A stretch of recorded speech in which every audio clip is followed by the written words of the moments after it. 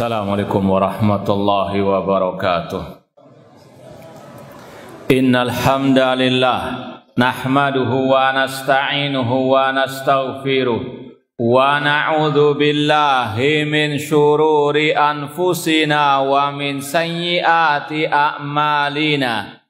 Man yahdihillahu fala mudhillalah wa man yudlil fala hadiyalah. Ashhadu an la ilaha illallah wahdahu la syarikalah wa ashhadu anna Muhammadan abduhu wa rasuluh. Ya ayyuhalladzina amanu taqullaha haqqa tuqatih wa la tamutunna illa wa antum muslimun. Ya ayyuhan nasu taqu rabbakumul ladzi khalaqakum min nafsin wahidah wa khalaqa minha zawjaha wa batha minhuma rijalan katsiran wa nisaa'a wattaqullaha alladzi tasaaluna bihi wal arham innallaha kana 'alaikum raqiba. Ya ayyuhalladzina amanu taqullaha wa qulu qawlan sadida yuslih lakum a'malakum wa yaghfir lakum dhunubakum wa may yuti'illaha wa rasulahu faqad faza fawzan 'azima. Amma ba'd, fa inna asdaqal hadits kitabullah wa khairal hadi hadi Muhammadin sallallahu alaihi wasallam wa syarrul umuri muhdatsatuha wa kullu muhdatsatin bid'ah wa kulla bid'atin dhalalah wa kulla dhalalatin finnar. Ma'asal muslimin, ikhwani fillah wa akhwati, bapak-bapak, ibu-ibu, saudara-saudari rahimani wa rahimakumullah. Alhamdulillah, segala puji bagi Allah Subhanahu wa taala yang memberikan kepada kita banyak kenikmatan-kenikmatannya, di antaranya nikmat al-Islam, nikmat al-iman, nikmat tauhid dan sunnah Rasulullah SAW. Semoga Allah menghidupkan dan mewafatkan kita di atasnya. Kemudian sebagaimana kata Rasul, la yashkurillah man la yashkurin nas, tidak bersyukur kepada Allah yang tidak berterima kasih kepada manusia, maka kita katakan banyak terima kasih kepada segenap panitia dan juga yang hadir di sini, sehingga kita bisa saling watawassaw bil haq watawassaw bis sabr, dan semoga ini semuanya menjadi pemberat timbangan amal kebaikan kita di hari kiamat kelak. Kemudian sebagaimana disampaikan tadi, kita mohon maaf yang sebesar-besarnya karena adanya keterlambatan ini dikarenakan keterlambatan pesawat dari Surabaya tadi. Ya, ada delay 1 jaman. Qadarallahu wa ma syaa fa'al. Taib, ikhwani fillah wa akhwat rahimani wa rahimakumullah. Sebelum kita masuk kepada inti pembahasan kitab, perlu ada sedikit muqaddimah. Yang pertama berkaitan dengan kedudukan dan keutamaan belajar ilmu akidah. Kenapa kita harus belajar ilmu tentang akidah? Karena ini adalah ilmu yang paling wajib dipelajari. Sebagaimana yang diucapkan oleh Imam Al-Lalikai dalam awal kitab beliau, Muqaddimah Syarah Ushul I'tiqad Ahlussunnah wal Jamaah. Beliau mengatakan, inna aujaba ma'alal mar'i ma'rifatu usuliddin. Kata beliau, yang paling wajib dipelajari atas seorang hamba adalah mengenal, mempelajari, memahami usuluddin, akidah, pondasi agama. Kalau kita wajib belajar tentang sholat, masalah puasa, masalah zakat bagi yang mampu. Demikian pula dengan haji, kalau yang mau berangkat ibadah haji, maka lebih wajib lagi belajar tentang al-aqidah. Ini untuk lebih memotivasi kita istiqomah dalam belajar akidah. Kemudian kenapa kita belajar akidah ini? Karena ilmu tentang akidah merupakan ilmu yang paling mulia di atas muka bumi. Sebagaimana yang diungkapkan oleh Imam Ibnu Abil Izzi Al-Hanafi dalam Syarah Al-Aqidah atau Hawiyah. Beliau mengatakan, fa innahu lamma kana ilmu usuluddin asyrafal ulum isyaraful ilmi bisyarafil ma'lum. Sesungguhnya ilmu tentang usuluddin adalah ilmu yang paling mulia.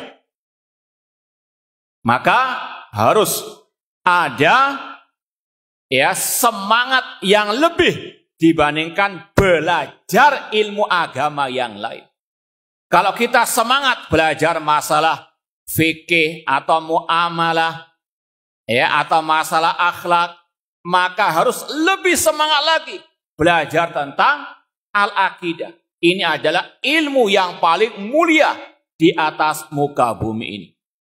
Sebagaimana antum tahu, ayat yang paling mulia di dalam Al-Quran ayat apa? 6. Siapa yang bisa menjawab? Ayat kursi. Kata para ulama, kenapa ayat kursi ayat yang paling mulia? Karena isinya hanya tentang akidah. Tentang nama-nama, sifat-sifat, dan juga perbuatan Allah Subhanahu wa Ta'ala. Ini sekali lagi yang harus kita camkan, yang harus kita betul-betul jiwai. Kita belajar ilmu yang paling mulia di atas muka bumi. Kemudian ma'asal muslimin, ikhwani fillah wa akhwati rahimani wa rahimakumullah. Kenapa kita belajar kitab akidah seperti As-Sunnah wa I'tiqaduddin ini? Karena ini adalah ciri khas dakwah salafiyah. Ini adalah salah satu pembeda antara ahlu sunnah dengan ahli bid'ah. Yaitu belajar tentang akidah salaf ashabil hadis. Kalau antum baca tulisan-tulisan para ulama tentang ciri khas ahlu sunnah, tentang ciri khas dakwah salafiyah atau as-salafiyin, mereka akan mengatakan ciri khas ahlu sunnah hirsuhum ala ta'allumil aqidah wa nashriha. Ciri dakwah salafiyah, ciri ahlu sunnah itu semangat antusias mereka dalam belajar akidah dan menyebarkan ilmu tentang akidah. Tentunya tadi akidah as-salaf ashabi al-hadis. Kalau kita mengaku sebagai pengikut dakwah salafiyah, buktikan di antaranya kita lebih semangat belajar akidah dibandingkan yang lain. Kita lebih semangat mengajar akidah dibandingkan yang lain. Ini sekali lagi yang perlu ditekankan terutama di akhir-akhir ini. Ya, karena fenomena yang muncul di akhir-akhir ini di mana saja. Ya, illa man rahimahullah. Akidah sudah kayak terasing di tengah-tengah yang mengaku sebagai pengikut dakwah salafiyah, illa man rahimahullah. Bahkan kita bisa tantang antum buat sensus. Kalau ada tabligh akbar yang paling banyak temanya masalah akidah atau masalah sakinah mawaddah warahmah? Jujur saja. Bukan hanya di sini, di mana-mana di negeri kita ini. Yang paling banyak viral di media sosial ataupun di dunia nyata. Mana yang paling banyak digemari, digandrungi oleh yang mengaku pengikut dakwah salafiyah? Apa jawabannya? Mana yang paling banyak? Sakinah mawaddah warahmah. Padahal sekali lagi, dakwah salafiyah yang paling menonjol cirinya tadi pembahasan masalah akidah salaf. dan sekedar wa amma bi ni'mati rabbika fahadits.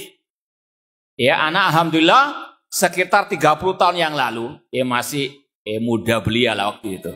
Ya. Masih SMA. Alhamdulillah kita dulu belajar dakwah salafiyah di antaranya dari Al-Ustadz ya Yazid bin Abdul Qadir Jawas rahimallahu rahmatan wasi'ah. Pertama kali kita belajar akidah kepada beliau, kitab yang sedang kita pelajari sekarang ini. Ini semoga menjadi pemberat timbangan bagi beliau di hari kiamat. Ini pertama kali kita belajar akidah salaf, ya. Kitab Aslus Sunnah wa I'tiqaduddin. Itu pun bukan daurah sebetulnya, tabligh akbar. Tabligh akbar, namun materinya tentang apa? Kitab akidah. Kalaupun nggak selesai tabligh akbar pertama, nanti suatu saat datang lagi, bahas itu lagi. Itu dulu. Ya, awal-awal dakwah salafiyah masih kental dengan tabligh akbar, ya, kajian-kajian akidah wal manhaj. Ya, namun kalau sekarang justru apa? Diasingkan, dituduh macam-macam, ini ya terlalu ekstrem, ini keras dan seterusnya. Keras saja mungkin masih banyak yang ngantuk. Betul enggak? Hah? Kurang kerasnya ini suaranya. Baik, ala kullin, ikhwani fillah wa akhwati rahimani wa rahimakumullah. Mari kita sama-sama hidupkan kembali ciri khas Ahlus Sunnah wal Jamaah, ad-dakwah salafiyah. Itu tadi, antusias, semangat mempelajari akidah salaf tanpa ya mengesampingkan pembahasan ilmu agama yang lain. Namun dalam Islam ada skala prioritas, al-aham fal muhim, mana yang lebih utama, kemudian yang berikutnya. Kemudian ikhwani fillah wa akhwati rahimani wa rahimakumullah, kita belajar akidah ini di antara sebabnya, motivasinya karena sekarang luar biasa syubhat tentang akidah. Ini sekali lagi bukan hanya di dunia maya, bahkan di dunia nyata juga demikian. Dan lebih parah lagi, syubhat bukan dari luar, bahkan juga dari dalam orang yang mengaku pengikut dakwah as-salafiyah. Barangkali yang pernah mengikuti medsos kita, tulisan-tulisan bantahan kita, ya kitab, ya sekali lagi yang kita bahas masalah akidah. Yang kita bantah dalam masalah akidah bukan saja orang luar, bahkan orang dalam sendiri. Kenapa? Karena sudah menyimpang dari akidah salaf. Contoh yang insya Allah akan kita lewati, akidah Ahlus Sunnah sepakat wajib mendengar dan taat kepada pemimpin kaum muslimin. Itu prinsip Ahlus Sunnah. Namun prinsip ini sudah mulai istilahnya diobok-obok. Siapa bilang kalau nggak taat kepada pemimpin bukan Ahlus Sunnah? Naudzubillah min dzalik, tasykik, membuat keraguan. Kemudian juga mencaci maki pemimpin di dunia maya. Ini sekali lagi sangat jauh dari akidah salaf ashabil hadis. Namun ini ya bukan dari orang luar, dari orang dalam. Maka ini yang memotivasi kita untuk lebih semangat lagi belajar akidah salaf dari referensi-referensi yang betul-betul otentik, yang betul-betul diakui oleh para ahli ulama. Ya, sekali lagi ini motivasi kita juga membahas kitab ini untuk kita membentengi diri dari segala bentuk syubhat, baik dari luar maupun dari dalam. Kalau dari luar sih ya nggak terlalu aneh, memang mereka jauh dari akidah salaf. Cuma sekarang ini yang dulunya ya mungkin punya akidah yang sama dengan akidah salaf, cuma ya lambat laun sekarang ini mulai mencela-menceli, mulai pelin-pelan, mulai apa? Berpindah kepada akidah haroka ataupun kelompok-kelompok yang lain. Ya, sekali lagi ma'asal muslimin, syubhat khattafa wal qulubu dhaifah. Syubhat itu cepat menarik, sedangkan hati itu lemah. Maka wajib membentengi dengan kita terus belajar akidah salaf dan menjauh dari ahli asyubuhat. Taib, itu sekedar mukaddimah. Kemudian sebelum masuk kepada pembahasan kitab, perlu sedikit kita sampaikan biografi singkat 3 nama yang tercantum dalam kitab ini. Ada yang tadi disebut Imam Abu Hatim Ar-Razi, kemudian Abu Zur'a Ar-Razi, dan yang ketiga putranya Imam Abu Hatim Ar-Razi, ya, Abdurrahman bin Abi Hatim Ar-Razi, perawi kitab ini. Ma'asal muslimin ikhwani fillah wa akhwati rahimani wa rahimakumullah. Adapun yang pertama yaitu Al-Imam Al-Hafidh An-Naqid Al-Muhaddis Al-Mufassir Al-Allama Abdurrahman bin Muhammad bin Idris, atau yang lebih dikenal dengan Imam Ibnu Abi Hatim Ar-Razi, yang meriwayatkan kitab ini, ya, Imam Abdurrahman bin Abi Hatim Ar-Razi, putranya Imam Ibnu Hatim Ar-Razi. Ya, beliau lahir tahun 240 Hijriah. Tentunya beliau sekali lagi menurun dari ayahnya Imam Abu Hatim Ar-Razi. Kedua-duanya terkenal dengan ahli hadis. Ya, ini sekali lagi hidupnya di awal-awal generasi Islam, ya, masih abad ketiga Hijriah, ya, ketika lahir beliau sekali lagi tadi di tahun 240 Hijriah. Kemudian disebutkan dalam biografi singkat ini, di antara guru-guru beliau tentunya ayah beliau sendiri Imam Abu Hatim Ar-Razi, dan kata para ulama beliau sangat berjasa kepada kaum muslimin dengan apa? Soal jawab beliau kepada ayahnya. Bahkan dikatakan ada soal jawab kurang lebih 3.000. Ya, soal jawab antara beliau dengan ayahnya. Di antaranya kitab ini. Kitab ini muncul karena beliau bertanya, dijawab oleh sang ayah. Ya, sekali lagi, rahimahullah ta'ala rahmatan wasi'ah. Bahkan diceritakan oleh para ulama, ketika beliau menimba ilmu kepada ayahnya, itu di semua tempat tidak pernah luput dari thalabul ilmi. Bahkan ketika sambil makan, tetap soal jawab. Ya, dan itu beliau apa? Tuliskan setelah itu dan disebarkan kepada kaum muslimin. Artinya ini salah satu thalabul ilmi yang dilakukan oleh Imam Abdurrahman bin Abi Hatim Ar-Razi rahimahullah ta'ala. Baik, kita lanjut kepada biografi ayah beliau, ya, Abu Hatim Ar-Razi rahimahullah ta'ala. Ikhwani fillah wa akhwati rahimani wa rahimakumullah. Ya, karena keterbatasan waktu, langsung saja kita sampaikan Imam Abu Hatim Ar-Razi.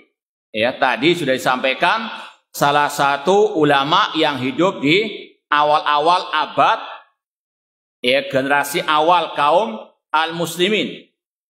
Beliau wafat tahun 277 Hijriah.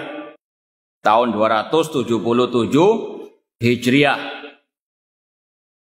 Kalau lahirnya tahun 195 Hijriah. Kemudian Abu Zur'a Ar-Razi, beliau lahir tahun 194 Hijriah, meninggal tahun 277 Hijriah. Kedua-duanya sekali lagi ulama-ulama salaf ahli sunnah wal jamaah. Dan ini kita juga sampaikan untuk membantah statement ataupun kedustaan ahli bid'ah yang menuduh, ya, salafiyin atau mereka namakan dengan wahabiyin itu akidahnya mengambil dari Ibnu Taimiyah. Kita katakan kaburat kalimatan takhruju min afwahihim iyaquluna illa kadhiba. Tidaklah mereka berkata kecuali dusta. Kajian-kajian kita banyak mengkaji kitab-kitab ulama yang jauh dari zamannya Syekhul Islam Ibnu Taimiyah. Ibnu Taimiyah wafat tahun berapa? 728 Hijriah, jauh dari ya ketiga imam tadi, Abu Hatim dan putra beliau dan juga Abu Zur'ah Ar-Razi. Kita menimba ilmu dari ulama salaf yang jauh sebelum Syekhul Islam Ibnu Taimiyah rahimallahu ta'ala. Namun itulah ahlul bid'ah, mereka kadzabun, para pendusta. Ya, sekali lagi, sekarang ini luar biasa syubhat dari ahlul bid'ah. Mereka, ya kalau istilah kita, kayak kesurupan. Mereka luar biasa membantah dengan membabi buta dakwah salafiyah. Bahkan ada sebagian mereka mengatakan, yang mengatakan atau meyakini Allah di atas langit kafir. Na'udzubillahi min dzalik. Ya, sekali lagi mereka menyudutkan dakwah salafiyah dengan berbagai macam cara. Ya, di antaranya tadi menuduh kita hanya belajar agama dari Ibnu Taimiyah. Ini sekali lagi dusta. Ya, kita belajar bahkan lebih jauh dari zamannya Ibnu Taimiyah rahimahullah ta'ala. Di antaranya dalam kitab Aqidah Ar-Raziyain atau Aslus Sunnah wa I'tiqadu ad-Din. Taib, itu sekilas yang bisa kita sampaikan tentang biografi mereka. Kemudian judul kitab, ya, ini ada beberapa cetakan yang ana bawa, ya, Aslus Sunnah wa I'tiqadu ad-Din. Kemudian juga ada satu syarah yang ana bawa, yaitu syarahnya Syekh Sulaiman Ar-Ruhaili hafizahullah ta'ala. Ya, kitab ini banyak syarahnya.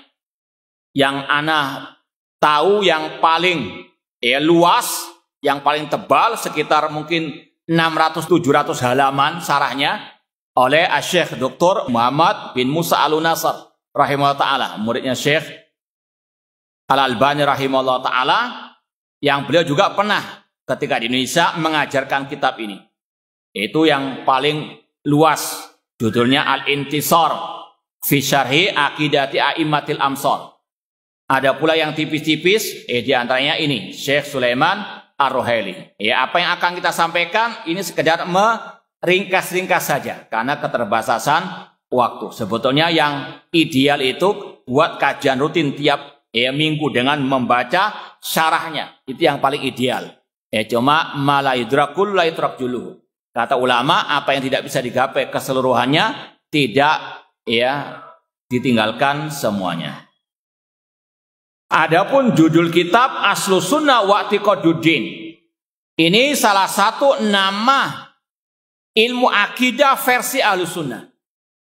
Ahlus Sunnah dalam bab akidah itu memiliki banyak nama ilmu akidah. Kalau mau disebut yang pertama judulnya As-Sunnah dengan berbagai macam tambahannya. Ada Aslus Sunnah, ada Usulus Sunnah, ada Syarhus Sunnah, ada Sharihus Sunnah, dan banyak lagi.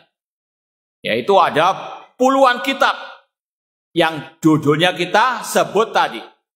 Aslus Sunnah wa I'tiqadu ad-Din, jelas kitabnya tadi. Abu Hatim dan Abu Zur'ah Ar-Razi. Usulus Sunnah Imam Ahmad, Usulus Sunnah Al-Khallal, Usulus Sunnah Ibn Abi Zamanin, dan yang lainnya. Syarhus Sunnah, coba sebutkan siapa penulisnya yang paling masyhur.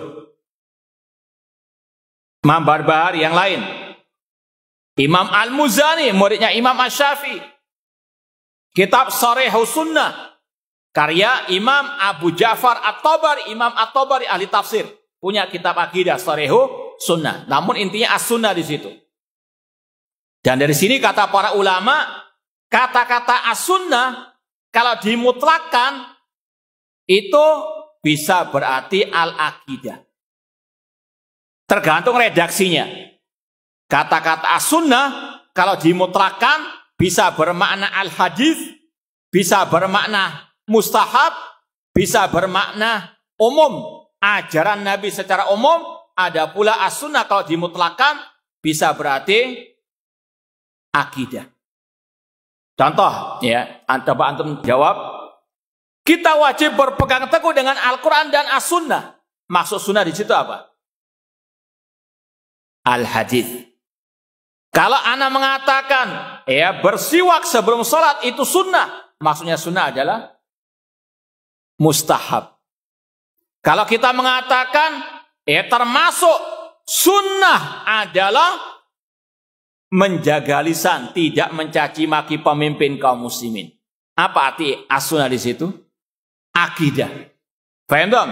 Jadi kata-kata as-sunnah tergantung kepada apa? Redaksinya, maknanya bisa akidah, bisa mustahab, bisa al-hadis, atau bahkan lebih umum dari itu. Sunnah Rasul adalah salat 5 waktu berjamaah di masjid.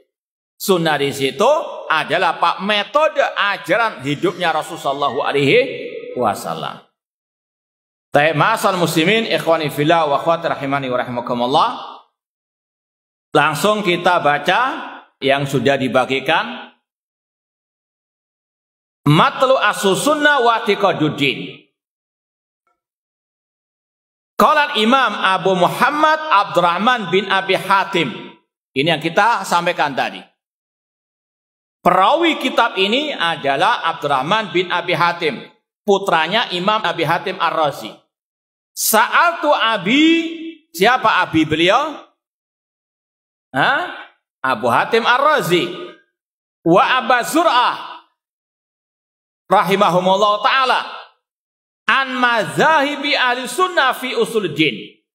Kata Abdurrahman bin Abi Hatim Ar-Razi, aku bertanya kepada ayahku dan kepada Abu Zur'ah rahimahumullah tentang mazhab ahli sunnah dalam usuluddin. Ya, antum perlu tandai kata-kata mazhab. Itu bentuknya jama'. Apakah ahli sunnah akidahnya bermacam-macam? Jawab. Apakah akidah ahli sunnah itu bermacam-macam? Berbeda-beda? Sebagaimana mazhab fikih? Tidak.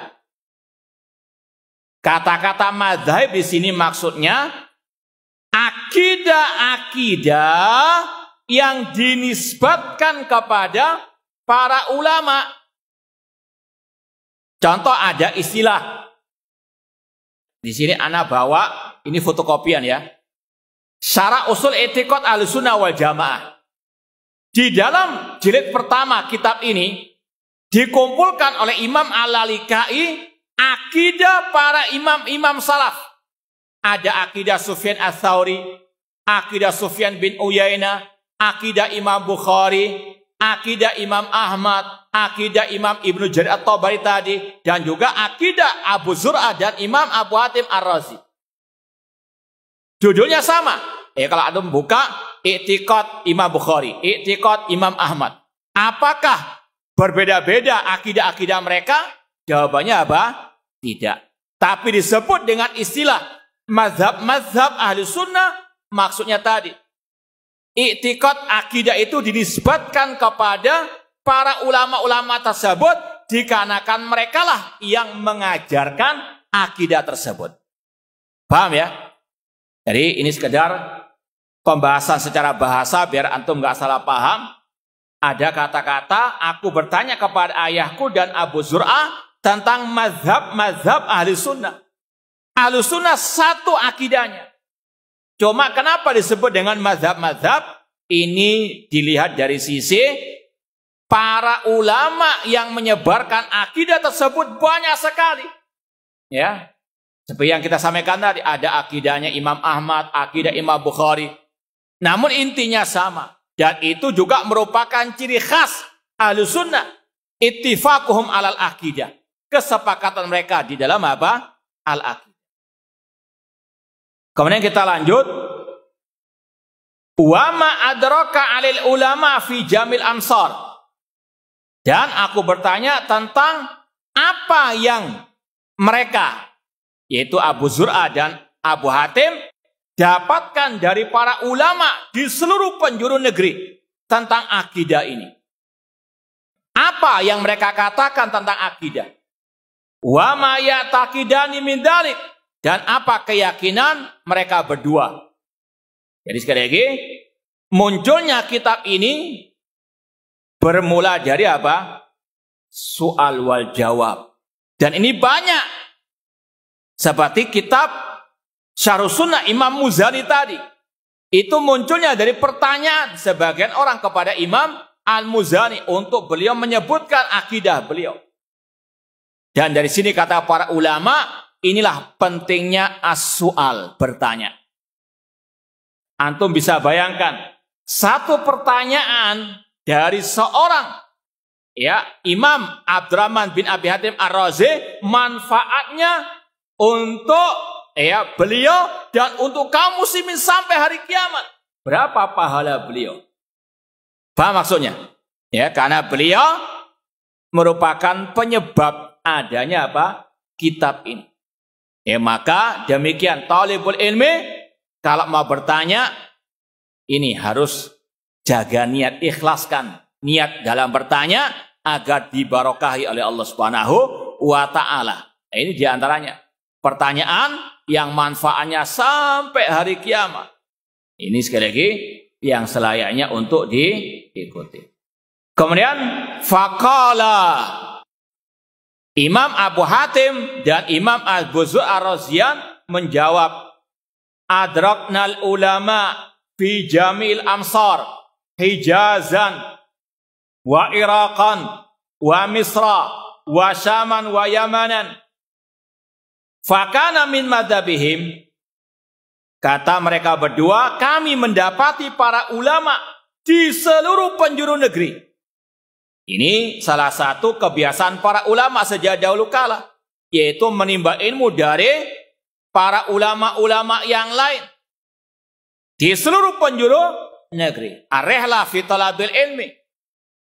Ini suatu yang merupakan ciri khas mereka. Mereka tidak malas-malasan belajar ilmu agama. Rihlah, pergi jauh, safar yang sangat jauh sekali. Ini sekali lagi da'bu as-salaf. Di antaranya kata mereka berdua, ulama yang kami dapati baik dari negeri Hijaz, yaitu Mekah, Madinah, negeri Irak, negeri Mesir, negeri Syam, ini bisa Palestina, Yordania, Syria, Libanon, wa Yamanan, dan negeri Yaman. Ini sekali lagi luar biasa pelajaran yang bisa kita petik dari ini. Semangat para ulama dalam menimba ilmu agama, meskipun harus berjalan bisa puluhan hari, bisa bulanan, bisa tahunan. Dan ulama-ulama tersebut betul-betul ikhlas dengan betul-betul tulus dalam menimba ilmu agama, maka hasilnya pun dibarokahi oleh Allah Subhanahu wa Ta'ala. Dan ini juga seperti yang dilakukan oleh Imam Al-Bukhari.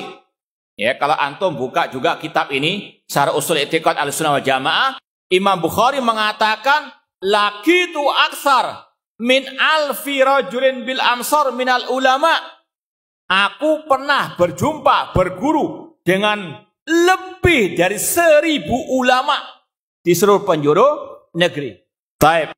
Intinya para ulama luar biasa semangat dalam talabul ilmi, bisa ribuan guru-guru mereka. Meskipun tetap mereka menjaga adab menuntut ilmu, yaitu dengan selektif menimba ilmu agama, tidak sembarangan. Mereka betul-betul belajar kepada ulama salaf ahlu sunnah wal jamaah yang akidahnya as-sahihah. Ikhwani fillah wa akhwati rahimani wa rahimakumullah. Langsung kita baca poin yang pertama, fakana min madhabihim. Dan di antara mazhab mereka, yaitu akidah mereka, yang pertama, al-iman qaulun wa amalun yazidu wa yanqus. Bahwasanya iman adalah ucapan dan perbuatan, bisa bertambah, bisa berkurang. Pembahasan ini banyak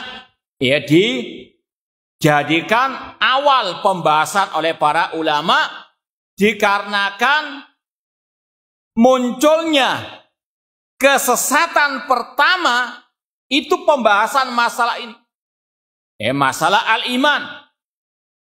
Insya Allah di akhir kitab, insya Allah kalau kita bisa khatamkan kitab ini, kita akan lewati terakhir pembahasan kitab ini tentang kelompok-kelompok sesat.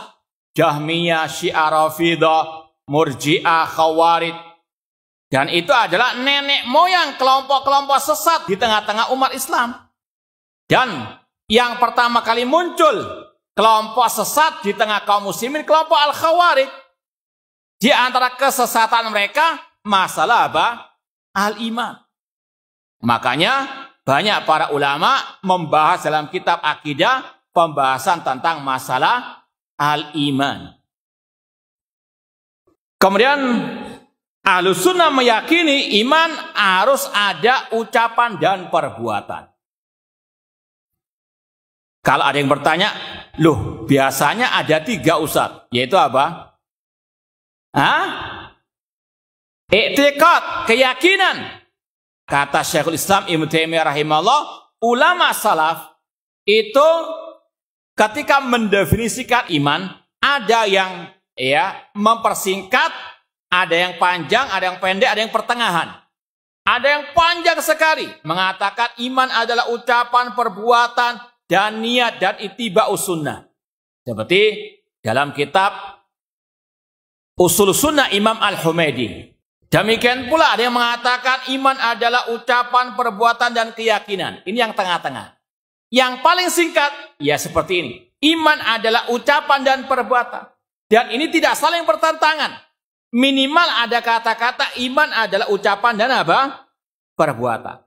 Syekhul Islam Ibnu Taimiyah dalam kitab Al-Aqidah Wasithiyah mengatakan ucapan dan perbuatan itu dibagi lagi. Ada ucapan hati, ucapan lisan. Ya, ada perbuatan hati, perbuatan anggota badan. Maka termasuk ke dalamnya di situ keyakinan.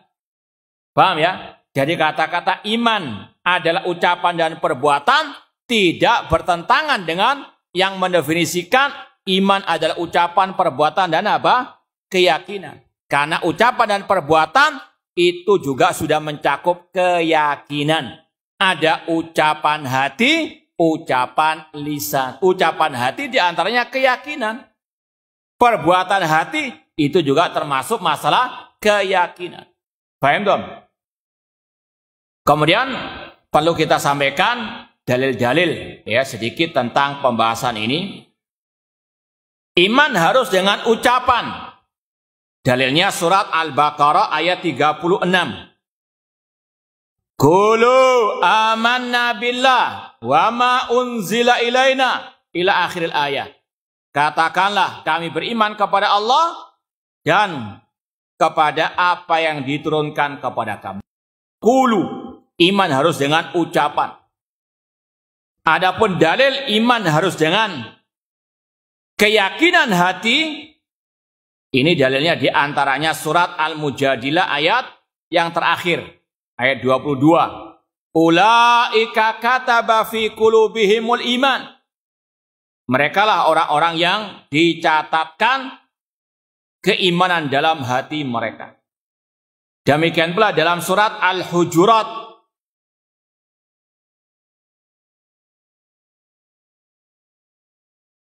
Ayat yang ke-14. Qalatil a'rabu amanna kullam tu'minu walakin qulu aslamna walamma yadkhul imanu fi qulubikum. Adapun iman itu dengan amalan anggota badan, surat Al-Baqarah 143. Wa ma kana Allahu liyudhi'a imanakum. Allah tidak menyia-nyiakan iman kalian. Kata-kata iman di situ sepakat ulama tafsir mentafsirkan salatakum, salatnya kalian. Allah namakan salat dengan al-iman. Ini dalil dari ayat iman harus dengan keyakinan, ucapan dan perbuatan anggota badan. Kemudian ada hadis yang mencakup tiga-tiganya, yaitu hadis yang berkaitan dengan syu'abul iman. Cabang-cabang keimanan. Rasul mengatakan al-iman bid'un wa sab'una syu'bah.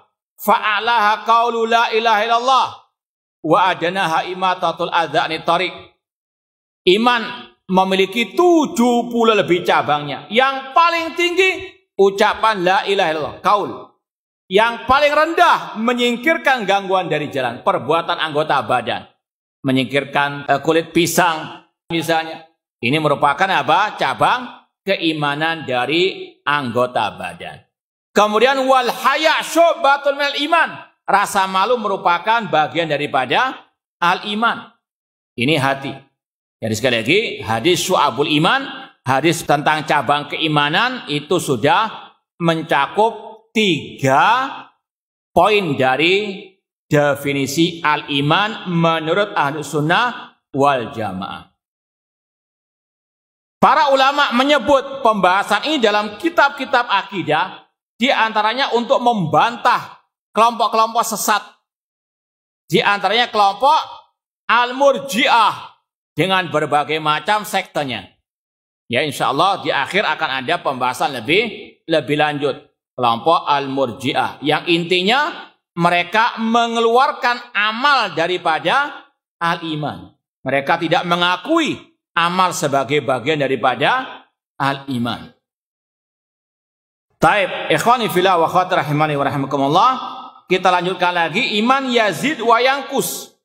Iman bisa bertambah, bisa berkurang. Dalilnya yang pertama surat Al-Anfal ayat yang kedua. Allah berfirman, innamal mu'minuna alladzina idza dzukirallahu wajilat qulubuhum wa idza tuliyat alaihim ayatuhu zadatuhum imana wa ala rabbihim yatawakkalun. Sesungguhnya orang-orang yang beriman adalah orang-orang yang apabila disebut nama Allah, gemetarlah hati mereka. Jika dibacakan ayat-ayat Allah, bertambahlah iman mereka. Ini intinya. Zadathum imana. Kemudian kata, kalau nggak salah Fudail bin Iyad rahimahullah, semua dalil tentang bertambahnya keimanan itu sekaligus sebagai dalil iman itu bisa turun. Karena namanya sesuatu yang bisa menerima tambahan pasti bisa menerima apa? Pengurangan. Contoh ya. Gelas ya air ini. Ini kan bisa dituang lagi, tambah. Bisa enggak? Bisa. Bisa berkurang enggak? Bisa. Bismillah. Berkurang. Ini bukan sulap ya. Cuma ini sekedar mencontohkan kaidah Fudail bin Iyad tadi. Setiap yang bisa menerima tambahan pasti bisa menerima apa? Pengurangan. Maka kata para ulama tadi, setiap dalil tentang bertambahnya keimanan itu sudah otomatis sebagai dalil iman bisa berkurang. Karena tidaklah sesuatu menerima tambahan kecuali pasti menerima apa? Pengurangan. Ditegaskan lagi oleh para ulama, bahkan ada pula dalil khusus tentang berkurangnya apa? Keimanan. Di antaranya hadis tentang perempuan yang kalau haid ya itu apa? Berkurang agamanya. Rasul mensifati perempuan dengan apa? Manusia yang kurang akal dan apa? Agamanya. Kurang agamanya di situ maksudnya adalah kurang keimanannya. Itu juga sebagai dalil kata para ulama, iman bisa berkurang. Dan secara fitrah manusia, setiap kita pasti merasakan iman apa? Naik turun. Paham dong? Ramadan kemarin luar biasa. Kaum muslimin, ya rata-rata imannya naik. Kenapa? Karena apa? Banyak beramal as-saleh. Namun sudah mulai luntur ketika sudah minal aidin. Nah, dan seterusnya. Ya, iman yazid wa yanqus. Ini dibahas juga oleh para ulama karena di luar sana banyak kelompok sesat. Di antaranya kelompok Khawarij, kelompok Murji'ah. Mereka mengatakan iman nggak bercabang, iman nggak bisa bertambah, nggak bisa berkurang. Namun nanti hasilnya beda. Kata kelompok Khawarij, Iman itu satu kesatuan. Kalau satu hilang, hilang semuanya. Habis, kafir. Makanya mereka mengatakan pelaku dosa besar apa? Murtad. Karena iman satu kesatuan, nggak bercabang. Kalau Ahlussunnah mengatakan iman bercabang. Ada ucapan la ilaha illallah, ada menyingkirkan gangguan dari jalan. Kalau orang itu nggak menyingkirkan gangguan dari jalan, masih banyak cabang keimanan yang lain. Nggak sampai keluar dari apa? Islam. Dia misalnya meminum minuman keras. Hilang cabang keimanannya, tapi masih banyak yang lain. Kalau Khawarij tidak, satu hilang, hilang semuanya. Murji'ah mengatakan iman nggak bercabang, iman nggak bertambah, nggak berkurang. Orang yang berbuat dosa sebanyak-banyaknya, sebesar-besarnya dosa, tidak mengurangi keimanan. Tetap imannya sempurna. Ya, ini salah satu apa? Penyebab kenapa ulama membahas masalah iman yazid wa yanqus. Faham dong? Baik, sampai sini kira-kira ada yang mau ditanyakan? Sebelum sholat duhur.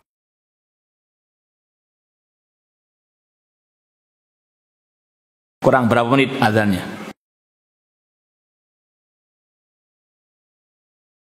Hah? Masih 15 menit lagi. Baik, tidak apa-apa. Sekedar ya istirahat sebentar. Ada yang mau ditanyakan masalah yang kita lewati dari awal tadi? Tidak ada. Paham semua, alhamdulillah. Cuma pertanyaannya yang nggak tanya itu ada dua kemungkinan. Paham semuanya atau nggak paham sama sekali. Sampai bingung mau bertanya tentang apa. Insya Allah nggak ya? Hah? Baik. Nah, silakan. Menjawabnya tentang akidah seluruh. Nah, termasuk dalam awal termasuk. Dia menjawabnya kan mengutip akidah seluruh ulama seluruh negeri. Iya. Baik. Kalau nggak salah yang bisa kita tangkap dari pertanyaan tadi, beliau Imam Abdurrahman bin Abi Hatim Ar-Razi bertanya kepada abinya Imam Abu Hatim Ar-Razi dan Imam Abu Zur'ah Ar-Razi tentang akidahnya ulama-ulama seluruh negeri. Namun beliau juga bertanya tadi, dan apa yang mereka berdua yakini juga. Paham Pak ya? Jadi ini plus akidah mereka berdua dan seluruh ulama di penjuru negeri yang beliau berdua atau mereka berdua belajar kepada mereka. Jadi sekali lagi ini akidah seluruh ulama Ahlussunnah. Jadi jangan pernah ragu. Akidah yang ada dalam kitab As-Sunnah wa I'tiqaduddin ini adalah ijma' salaf dalam akidah. Makanya kita sampaikan tadi, Ahlussunnah wal Jamaah di antara ciri khas mereka, kesepakatan mereka dalam akidah. Akidah mereka satu dan mereka tidak mencela-mencela dalam akidah.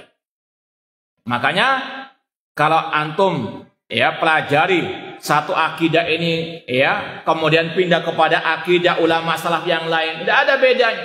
Beda mungkin sekedar ungkapannya, kata-katanya tadi qaulun wa amalun, ada yang menambah i'tiqadun, namun hakikatnya sama. Paham ya? Ya kalau mungkin yang pernah ikut kajian-kajian kita di medsos, alhamdulillah ya kita ya sekitar mungkin 20 tahun berdakwah, ngajar kitab akidah dari satu kitab kepada kitab yang lain. Tidak ada perbedaan, kecuali tadi perbedaannya sekedar ungkapan, perbedaannya mungkin yang satu membahas 10 poin, ini membahas 20 poin. Namun intinya sama, akidah salaf satu, tidak ada bedanya. Karena apa? Sumbernya satu. Kalau Allah, kalau Rasul, wa ma'ajama alaihi as-salaf. Dan ini yang dikatakan oleh Syekhul Islam Ibnu Taimiyah rahimahullah. Beliau pernah berkata, al-i'tiqadu laisa li wa laisa liman huwa akbaru minni. Akidah itu bukan karanganku. Akidah itu bukan karangan ulama yang lebih senior dariku. Wa innama yu'khadul i'tiqad min kitabillah wa min sunnati Rasulillah wa ma ajma' alaihi salaful ummah. Keyakinan atau akidah itu diambil dari firman Allah, sabda Rasul, dan ijma' para salaf.